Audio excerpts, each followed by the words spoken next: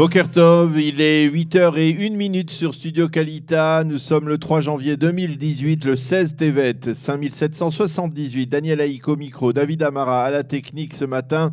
Heureux de vous retrouver pour cette heure d'actualité que nous allons débuter dans quelques instants par les grands titres de la matinée.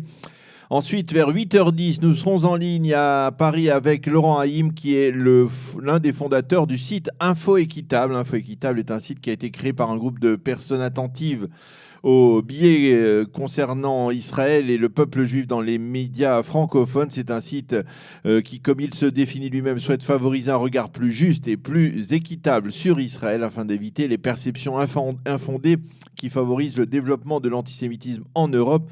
Nous en parlerons donc vers 8h10 avec Laurent Haïm, qui sera ce matin donc l'invité de la rédaction de Studio Kalita. Vers 8h25, Eliana Gurfinkel nous présentera sa chronique Un jour notre histoire. Vers 8h35, je vous présenterai la revue de la presse et des médias israéliens. Et vers 8h45, nous serons en ligne avec Béatrice Koskas, William Koskas, qui est avocate, militante sociale à Netanya, avec elle nous parlerons de la diffusion ce soir sur la première chaîne de la chaîne publique de télévision israélienne d'un documentaire en 3 parties qui fait le lien entre l'Aliyah de France aujourd'hui en Israël et l'Aliyah des Juifs d'Afrique du Nord en Israël dans les années 50 et 60. Nous y reviendrons donc à la fin de cette heure d'actualité. Pour l'instant, les grands titres de l'actualité de ce matin. Le président américain Donald Trump persiste et signe. Hier soir, dans un tweet, Donald Trump a cautionné les mises en garde faites dans la journée par l'ambassadrice des États-Unis à l'ONU, Nikki Haley. Celle-ci avait affirmé que si les Palestiniens ne revenaient pas à la table des négociations, alors les Américains cesseraient le financement de l'UNRWA, l'agence onusienne qui se charge, on le sait, exclusivement de traiter des réfugiés palestiniens. Un financement américain qui s'élève à quelques 300 millions de dollars annuels.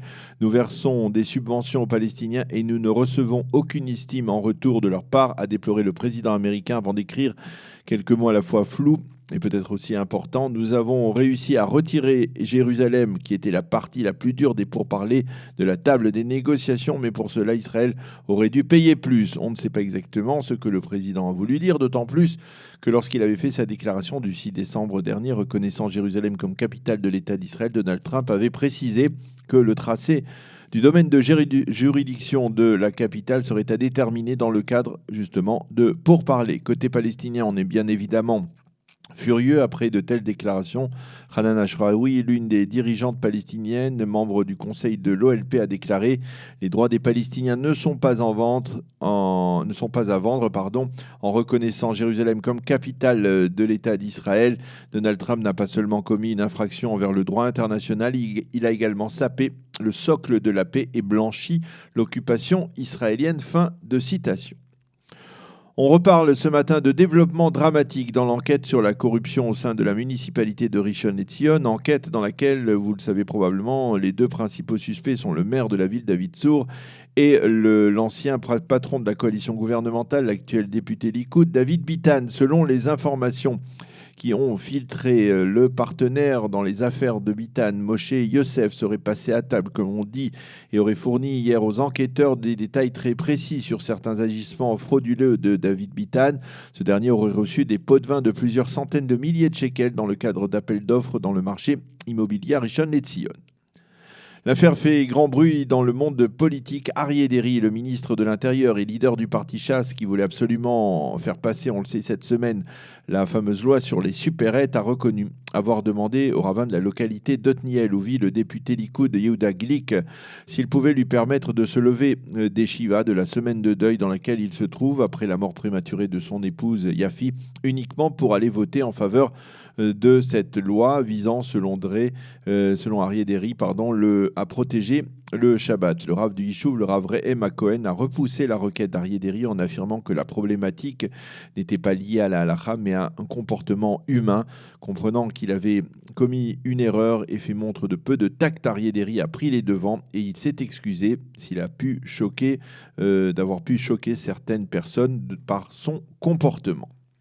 C'est aujourd'hui que la Knesset doit débattre de la loi, ou plutôt de l'amendement sur la loi en faveur de la peine de mort. En Israël, cet amendement doit permettre au procureur de l'État de réclamer, dans certains cas, de terrorisme abject, la peine de mort pour les terroristes palestiniens. Il s'agira d'un vote en lecture préliminaire.